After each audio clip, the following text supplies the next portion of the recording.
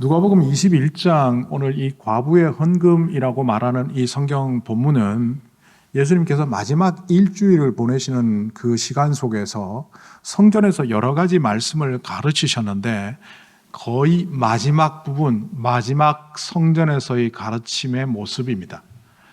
그러니까 오늘 이 말씀의 장소적 배경은 성전이고 그것도 여인들의 뜰이라고 일컬어지는 그 성전의 특정한 장소에서 헌금궤 앞에서 일어난 이야기를 예수님께서 풀어내고 계신 겁니다. 그리고 이 대화 장면 이후에 예수님이 성전 밖으로 나가신 것으로 볼 때 이후에는 이른바 그 고난의 시간 속으로 들어갔기 때문에 첫 번째 입성하신 이후 성전과 관련해서 사역하신 것의 마지막 장면이라고 보여집니다. 어떤 것이든 마지막 장면은 중요한 것이 옵니다. 음악회를 하는데 가수들끼리 순서를 갖고 싸운 일이 있다고 해서 왜 싸우지라고 봤더니만 10명의 가수가 연합 콘서트에 등장하는데 1번이 두 번째로 중요하고 마지막 끝 10번째로 등장하는 사람이 제일 중요하답니다. 그래서 앞에 4번, 5번, 6번에 가기를 싫어하고 1번이나 10번으로 가려고 하는 경향이 있어서 순서적 다툼이 있었다는 이야기를 듣습니다. 일의 매사의 마지막이 제일 중요한데 이 성전에서 마지막으로 가르치셨던 이 말씀이 우리는 그냥 헌금 이야기인가 보다 이렇게 지나가고 말지만 실제로는 예수님이 하시는 이야기는 그거보다 훨씬 더 엄중합니다. 누가복음 21장 1절부터 4절까지의 말씀을 이른바 과부의 헌금이라고 해서 전통적으로 예수님께서 헌금의 본질에 대하여 헌금을 드리는 사람의 바른 태도와 마음에 대하여 또 어떤 헌금을 주님께서 받으시는지를 가르치는 본문으로 지금까지 많이 해석되어 왔습니다. 2세기부터 등장했던 설교가들, 그들을 이른바 교부들이라고 말합니다. The Father of Church, 교회의 아버지라고 일컬어지는 그 신약 교회 이후에 등장한 2세대 교부들로부터 이 말씀은 늘 헌금과 관련된 것으로 설교되었고 지금 오늘날 우리 시대에도 과부의 헌금 이 본문 생각하면 그는 바로 참된 헌금을 가르치는 가장 중요한 본문으로 많은 설교자들에게 인용되고 있습니다. 이런 전통적 해석과 달리 또 다른 해석이 있습니다. 1절과 4절 이것은 독립적으로 있는 본문이 아니라 오늘 말씀에서 읽었던 것처럼 47절과 뒤에 나오는 5절의 문맥 속에서 이루어진 이야기이고 주님의 말씀이라는 겁니다. 우리는 20장에서 끝나버리고 21장에서 새로 시작하는 단절을 자동하고 있습니다. 그게 왜 그러냐면 장과 절이 있기 때문입니다. 그런데 누가복음이 처음 쓰여지던 그 당시에는 장과 절이 없었습니다.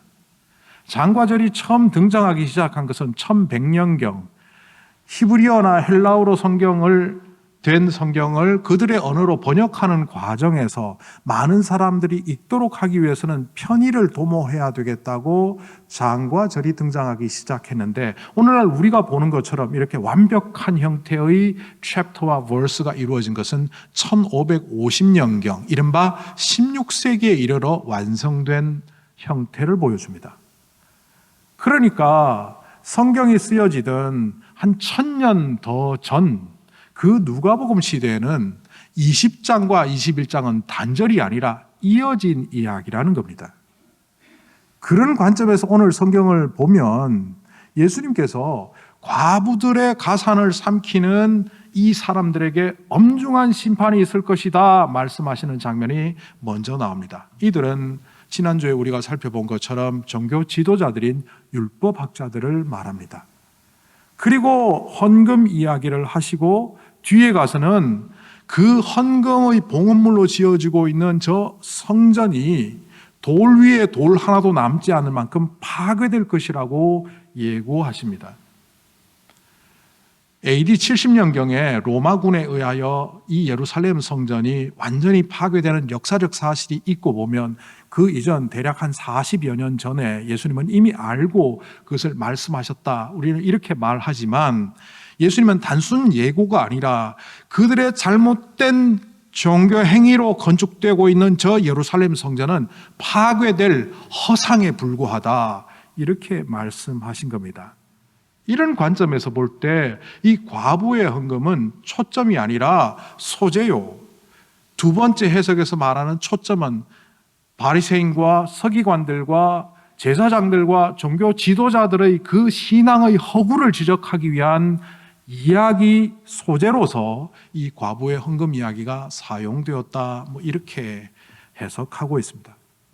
그러니까 전통적인 해석은 초점이 헌금을 드리는 여인에게 있다면, 요즘 많은 사람들이 하고 있는 새로운 해석은 그 여인이 아니라 그 여인이 헌금하도록 강제하고 있는 율법학자들과 제사장들이라는 이 종교 지도자들이 문제가 있다고 거기에 초점을 맞추는 겁니다. 어떤 것이 맞는 것 같습니까? 여러분들이 보시기에는 이 본문이 예수님께서 헌금을 강조하시는 것 같습니까? 아니면 헌금을 하도록 하는 그 잘못된 신앙 지도자들의 모습을 지적하는 것 같습니까? 저는 누가 저에게 어떤 것을 택합니까 하면 전 두 가지 다 일리 있다고 그렇게 말합니다. 어떤 숲에 들어가서 나무를 보면서 야, 이 나무 향나무 너무 좋다 라고 밖으로 나와서 보니까 사실은 그 향나무는 한 그루뿐이었고 그 숲은 전나무 숲이었다면 전나무 숲이네? 이렇게 말할 수 있습니다. 전나무 숲이지만 그 안에 들어가서 한 그루 향나무가 있는 그 향을 맡으며 칭송하는 것은 틀린 것이 아닙니다. 이 전통적 해석에 기반해서 이 여인에 드린 헌금을 한번 분석해 보면요, 2렙돈 한 고드란트의 금액을 헌금했답니다. 이게 과거에 달러로 계산했을 때, 원화로 계산했을 때 얼마인지 따져보고 햄버거를 하나 사 먹을 수 있는지, 짜장면을 한 그릇 사 먹을 수 있는지 제가 이렇게 분석을 하곤 했지만, 오늘은 성경에 나오는 화폐 단위로 한번 분석해 보겠습니다. 2렙돈은 1고드란트라는 화폐의 단위입니다. 1고드란트는 4분의 1 아사리온입니다. 아사리온에 대해서 예수님이 마태복음 10장에서 언급하신 적이 있습니다. 참새 2마리를 1아사리온에 산다라는 말씀을 하신 적이 있습니다. 자, 1아사리온에 참새 2마리를 살 수 있다면 4분의 1 아사리온인 한 고드란트는 참새를 몇 마리 살까요? 초등학교 5학년 방정식 문제죠. 4분의 1마리입니다. 1고드란트, 이 여인이 드린 헌금액은 당시에 참새 한 마리도 살 수 없는 반 마리 살 수 있는 돈입니다. 보잘것없는 돈입니다. 그런데 이 보잘것없는 돈이 부유한 사람들이 막대한 헌금을 하는 것보다 더 크다라고 하는 겁니다. 여기서 하나님이 받으시는 헌금은 수와 양의 문제가 아니라 드리는 사람을 받으신다, 그렇게 볼 수 있습니다. 가인과 아벨 제사를 우리가 질문하죠. 왜 하나님께서 아벨의 제사는 받으시고 가인의 제사는 안 받으셨을까? 왜 그의 제물은 안 받으셨을까? 어린 시절에 우리 초등학교 때 교회학교 선생님이 이렇게 가르쳤어요. 아벨은 토실토실하고 정성 어린 양을 바쳤고 가인은 남는 찌꺼기 바쳤다. 성경에 그런 말 없어요. 근데 그냥 그렇게 하는 거예요. 그런데 제가 성경을 들여다보니 이렇게 되어 있습니다. 하나님께서 가인과 위드 제물을 안 받으셨고, 초점이 가인에게 있습니다. 하나님께서 아벨과 위드 제물, 그의 제물을 받으셨다. 하나님께서는 제물에 초점이 있는 것이 아니라 가인을 안 받으시고 아벨을 받으셨다는 겁니다. 결국 제물의 크기와 양의 문제가 아니라 드리는 사람의 문제였다. 악인의 제사는 받으시지 않으시는 하나님이라는 표현이 성경에 나옵니다. 동생을 때려 죽였던, 하나님께서 내 예배는 안 받으시고 동생의 예배는 받으셨다. 그게 동생을 죽일 노릇입니까? 그런데 동생을 죽였다. 가인은 악한 이입니다. 그러니 주님은 그것을 아시고 그의 제물과 그를 안 받으신 겁니다. 결국 이 여인에 드리는 제물의 크기가 아니라 그 여인이 드리는 심정, 그의 삶을 주님께서 크게 칭찬하신 장면입니다. 그렇다면 이 여인은 얼마나 가난하기에 참새 반마리의 값이 전 재산일까? 여기서 우리는 궁금증을 사소하게 가질 수 있는 몇 가지가 나옵니다. 헌금함에 드리는 그 여인의 모습을 보면서 예수님은 어떻게 그 여인이 과부인 줄 아셨을까? 또 그 여인이 드리는 재물이 그 여인의 전부라는 사실을 어떻게 아셨을까? 다소곳이 가서 헌금함에 남들 눈에 안 띄게 드렸는데 그게 한 고드란트라는 사실을 어떻게 아셨을까? 간단합니다. 성경은 곳곳에서 예수님이 하나님이라는 사실을 드러내고 있습니다. 우리는 이미 알고 있다시피 예수님은 인간으로 오셨지만 그분은 하나님이십니다. 사람들이 보지 못하는 것을 보고 사람들이 느끼지 못하는 것을 느끼고 사람들이 알지 못하는 것을 압니다. 부활하신 이후에는 문을 닫아놔도 들어오십니다. 시공간을 초월하는 존재. 그런데 육신의 몸을 갖고 있을 때는 그 정도는 아님을 드러냈지만 그래도 그 여인을 딱 보면 그 여인의 삶과 그 여인의 모든 상황을 아는 거죠. 우물가의 여인을 딱 만났을 때 보는 순간 지금 남편도 네 남편이 아니다 라고 아신 것처럼 말입니다. 이 여인은 지극히 가난합니다. 구약 성경에서 가장 가난한 사람 세 사람을 상징적으로 표현하는데 고아와 나그네와 그리고 과부입니다. 살아갈 길이 없는 사람. 그래서 자기가 남은 이것 갖고 햄버거 하나 사 먹고 그 다음부터 쫄쫄 굶을 것이 아니라 이미 나는 가난하니 이거라도 드리자 하는 이 여인의 마음을 칭찬한 것은 우리가 누구보다도 쉽게 알아들 수 있는 주님의 음성입니다. 그런데 이것을 확장시켜 보면 주님께서는 그 여인을 칭찬하지만 너무나 안타까운 겁니다. 저 가난한 여인을 왜 세상은 박대하고 그를 이용하고 그를 차별하고 있느냐입니다. 오늘 이 말씀을 어떻게 들어야 할지 알기 위해서는 몇 가지 질문에 대하여 궁금증을 풀어야 합니다. 이 여인이 왜 돈으로 헌금했지? 당시에 본래 돈으로 헌금하는 것은 남자들의 성전세였습니다. 성전세를 제외하고 대부분은 제물로 바쳤죠. 그런데 오늘 이 여인은 돈으로 헌금하는데 본래 율법에 따르면 번제와 화목제와 속죄제의 제물은 곡식 가루라든지 짐승을 통하여 제물을 바치게 되어 있습니다. 그런데 이 시대에 제사장들이 시스템을 바꾸었습니다. 모든 헌물은 이제 돈으로 바치시오. 그리고 여인의 뜰이라고 일컬어지는 성전의 한 부분에 헌금 상자를 13개를 갖다 놓았습니다. 이 여인은 그 13개의 상자 중에 5번째 상자에 헌금함에 헌물을 드린 것으로 보여집니다. 그런데 이 헌금함이 13개가 있는데 그 구조가 아주 독특합니다. 나팔을 뒤집어 놓은 것처럼 보입니다. 그래서 부자들이 종을 시켜서 헌금함에 헌금을 넣어라. 옛날에는 다 동전을 사용했기에 부으면 촤르르 입구는 넓고 속은 들어가면서 이렇게 닫혀버리기 때문에 도둑놈들이 꺼내가지 못하도록 헌금을 많이 하도록 독려할 뿐만 아니라 도난도 방지하는 시스템으로 나팔을 만들었습니다. 그래서 예수님이 그런 말씀하시죠. 마태복음 6장 2절에 보면 아주 재밌는 표현이 나옵니다. 구제를 하고 헌금할 때 나팔을 불지 말아라. 얼핏 우리는 원님 행차하실 때 나팔 부는 그 광면을 떠올리지만 그는 그런 뜻이 아닙니다. 이 헌금함이라는 말이 쇼파르라는 말의 복수입니다. 쇼파로트. 쇼파르가 뭐냐? 나팔입니다. 나팔이라는 쇼파르라는 단어를 복수로 만들면 쇼파로트가 되는데 그 헌금함이 쇼파로트입니다. 부자들이 헌금을 할 때 요란한 소리가 나도록 만들었고 가난한 사람들이 오면 헌금을 할 때 부끄럽게 만들어 놓았습니다. 자기의 전부를 바치기도 했지만 이 여인은 창피를 무릅쓰고 작은 동전 2개 혹은 1개를 넣게 되었습니다. 그러니까 이들은 헌금을 많이 독려해야 할 상황에 놓여 있었던 거죠.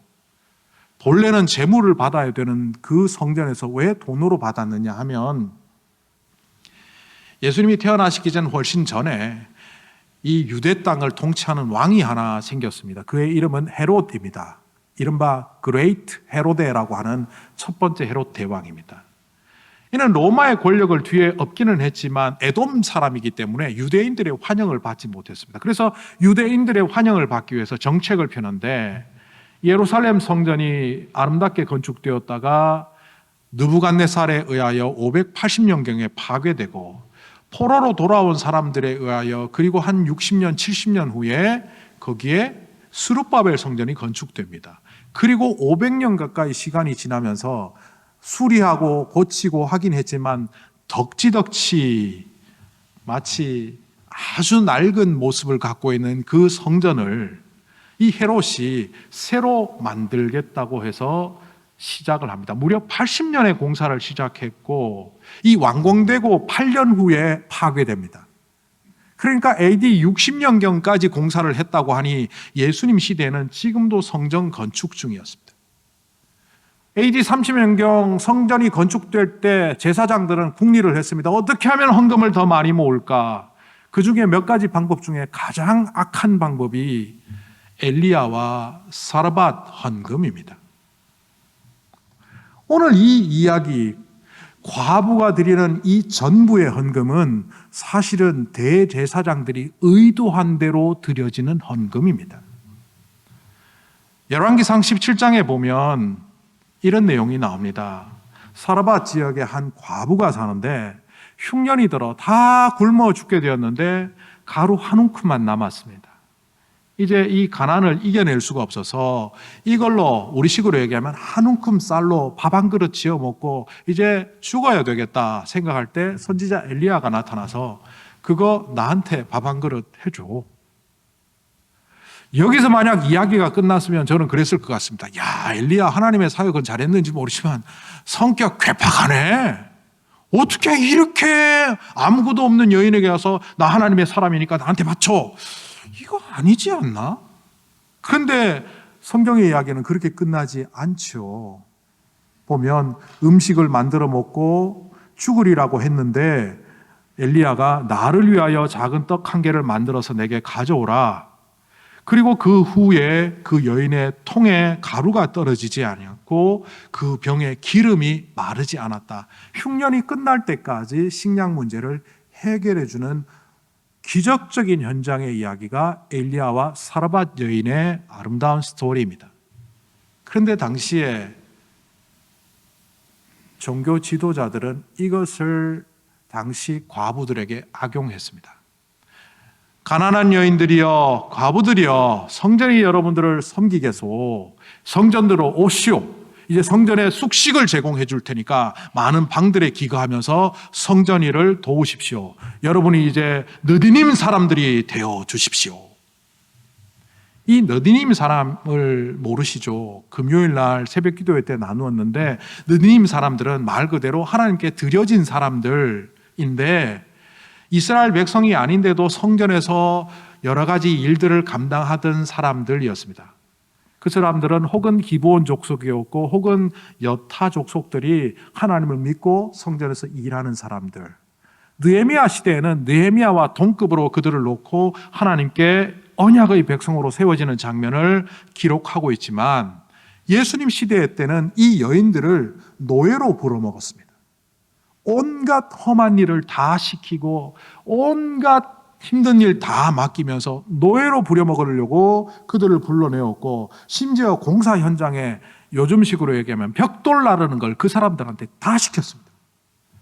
그런데 들어오는 조건이 있습니다. 숙식을 제공해 줄 테니까 여러분이 갖고 있는 모든 재산을 예배 성전에 헌금하시오. 다섯 번째 헌금함은 바로 예배당 건축 자재 헌금함입니다. 이 여인이 다섯 번째 헌금함에 헌금을 드렸던 이유는 이제 내가 여기 가서 공사 현장에 막일을 하며 성전의 모든 허드렛 일을 하기 위하여 내 전 재산을 공사 건축비로 헌금하겠습니다. 이런 의미입니다. 사르밧 여인과 엘리야 이야기는 그렇게 아름답게 끝났지만 이들은 간교한 꾀를 부려 여인들을 노예로 부려먹고 그들의 재산을 갈취하는 그 현장이었습니다. 그래서 47절에 너희들은 과부의 가산을 빼앗는다, 훔친다 라는 표현을 쓰신 겁니다. 그리고 그렇게 너희들이 헌금하여 아름다운 예배당을 세웠다. 사람들이 예수님 저거 멋있지 않습니까? 그거 돌 위에 돌 하나도 안 남아. 무슨 뜻입니까? 하나님은 기뻐하시지 않아. 그렇게 만들어 놓고 헌신했다고 종교 지도자들이 자축할지 몰라도 하나님 그거 기뻐하시지 않아. 곧 무너져버리는 허상에 불과해.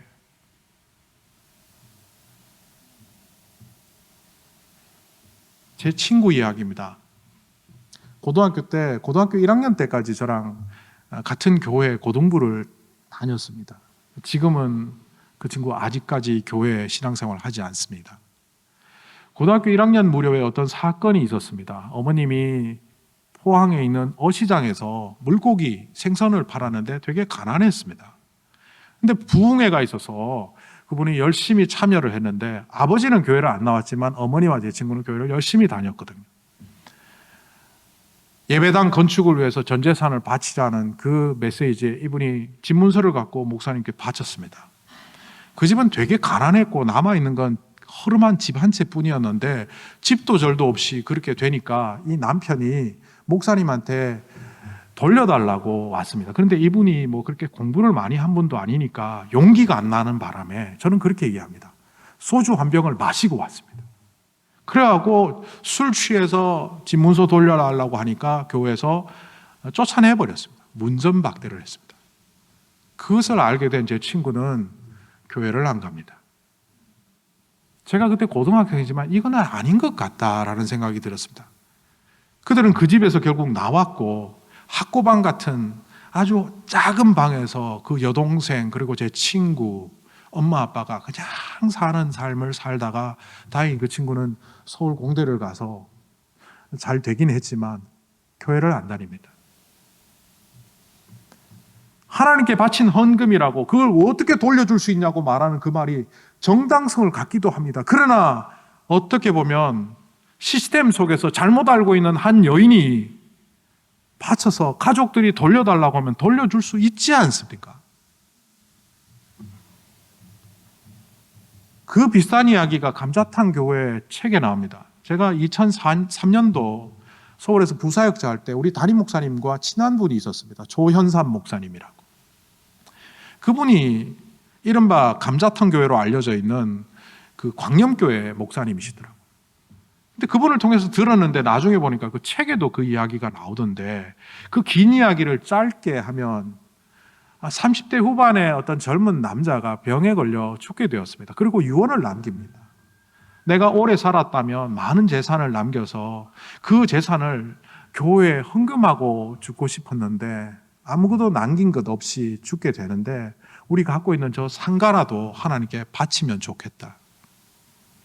30대 후반의 아기 엄마가 남편을 잃고 당시 1억짜리 상가에 2,500만 원 보증금을 받아서 집 전세금으로 쓰고 있고 월세 50만 원을 받아서 생활하는 그 즈음에 고민이 되겠습니까? 안 되겠습니까? 며칠 밤을 고민을 하다 자신도 예수 믿는 사람이고 남편도 유언으로 남긴 말이니까 바치자 하고 그 상가 전 재산을 교회로 들고 왔습니다. 조현삼 목사님과 당회원들은 회의를 했겠죠. 그런데 이 목사님이 우리 그거 받읍시다 라고 했답니다.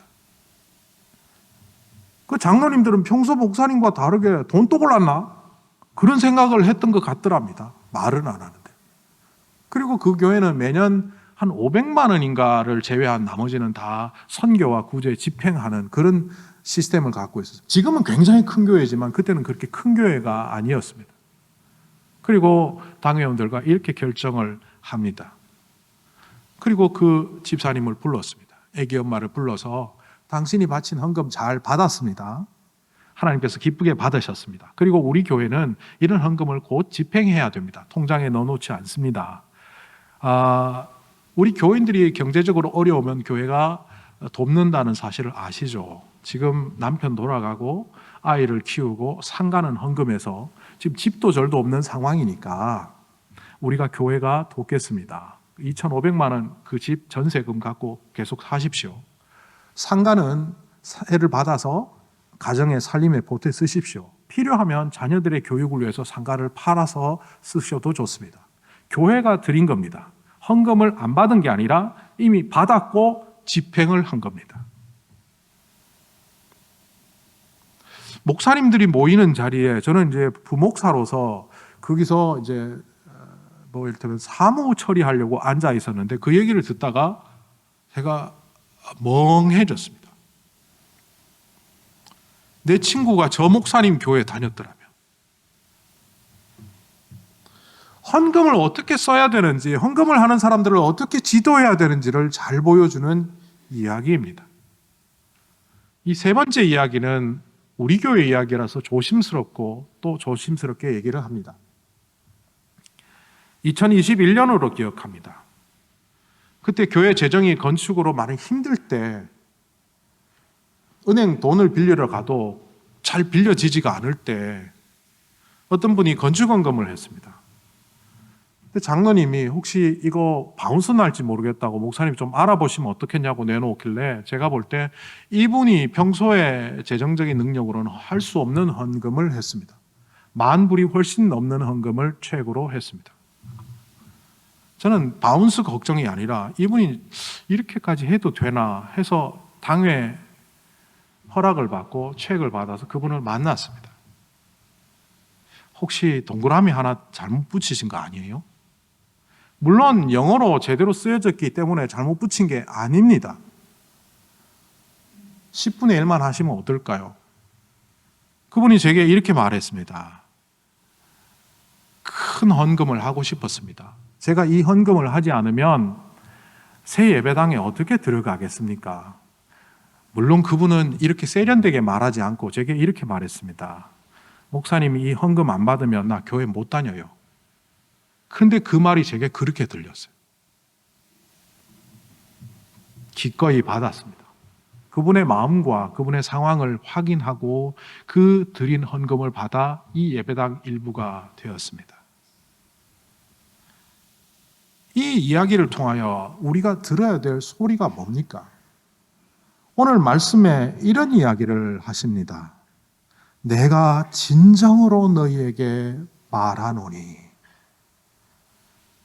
이 과부의 헌금과 관련된 이야기를 하시면서 진정으로 너희에게 말한다 이 표현을 쓰셨는데 개역 개정판 성경에는 누가복음에 이 표현이 5번밖에 나오지 않습니다.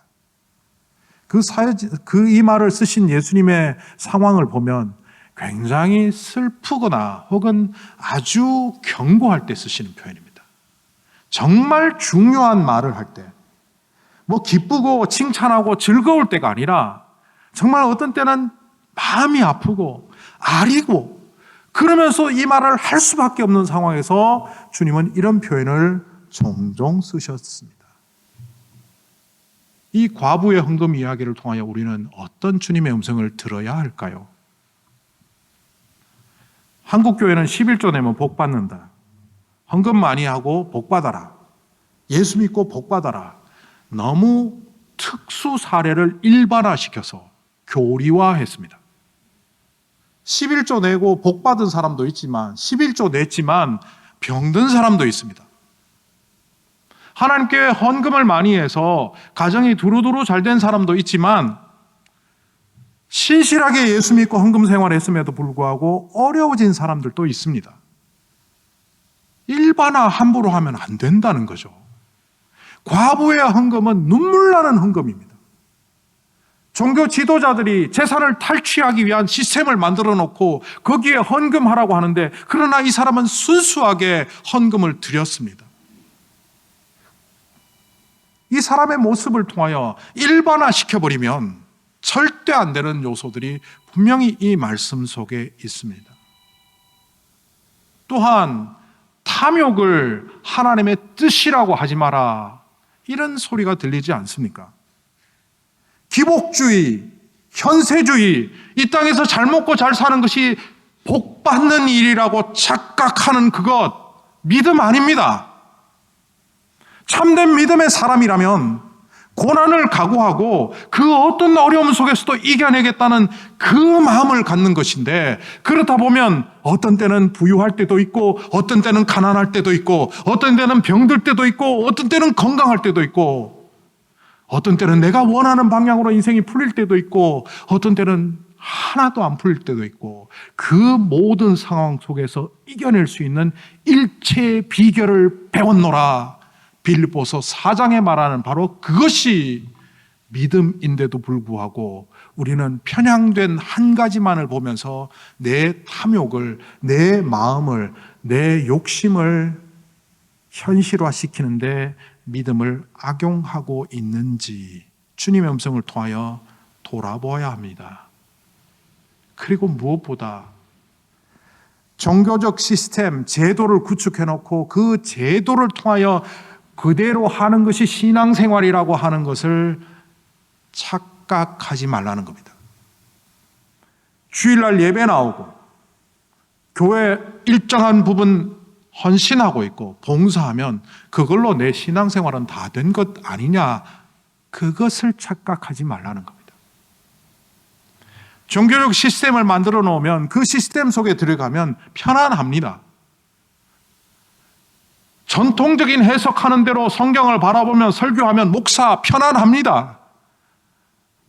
미국 논문을 뒤져가면서까지 이 본문을 어떻게 보는 것이 주님의 음성을 듣는 것인지 고민하지 않아도 되니까 편안합니다. 그러나 그렇게 되면 우리가 바로 그 율법학자들이 되고 우리가 과부의 가산을 도적질하는 제사장들이 된다는 사실을 주님은 우리에게 알려주십니다.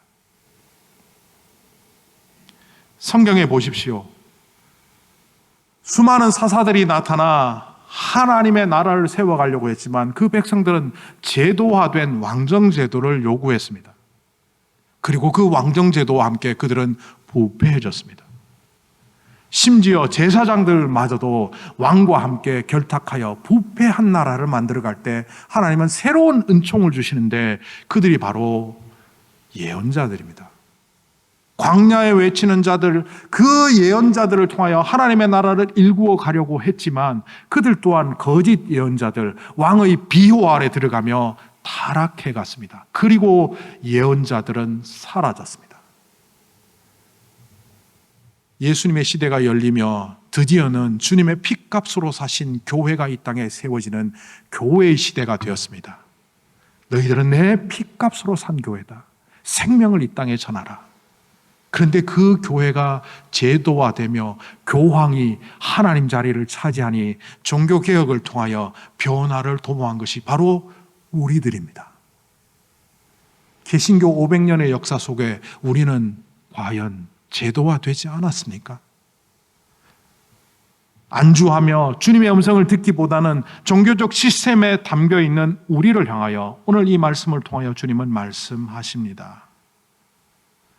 아무것도 아닌 것을 드렸지만 최상의 것을 드렸던 이 여인의 모습을 보면서 이 여인을 귀하게 여기지 않고 악하게 이용해 먹는 이 종교 집단의 악행은 하나님이 돌 위에 돌 하나도 남지 않게 무너뜨리리라. 너희는 과연 어떤 은총 속으로 들어가느냐? 말씀하시는 것 같지 않습니까? 성전 건축하고 거창한 것을 뽐내며 내 삶의 모습을 통하여 나는 하나님께 복받았다, 그 삶이 아니라 내가 적게 받았던 많이 받았던 그것과 상관없이 온전히 하나님의 나라를 위하여 나아갈 수 있는 사람이 된다면 오늘이 성공한 삶이라는 사실을 주님은 오늘 이 말씀을 통하여 말씀하시는 것 같지 않으십니까? 여전히 편안함과 안락함을 추구하는 이 시대의 문화 속에 도태되어지는 기독교인이 아니라 살아 숨쉬는 그리스도인으로 썩어져가는 이 공동체의 소금처럼 빛처럼 온전히 사용되는 교회와 성도가 되라고 우리를 부르시는 음성을 오늘 이 이야기를 통하여 들으시는 여러분들이 되시기를 간절히 소망합니다. 거룩하신 하나님, 우리가 주님의 음성 외에는 듣지 않는 자들이 되게 하여 주시옵소서. 제도와 시스템에 함몰되는 사람들이 아니라 하나님의 은총 속으로 들어가는 참된 믿음의 사람들이 되게 하여 주시옵소서. 예수님의 이름으로 기도하옵나이다.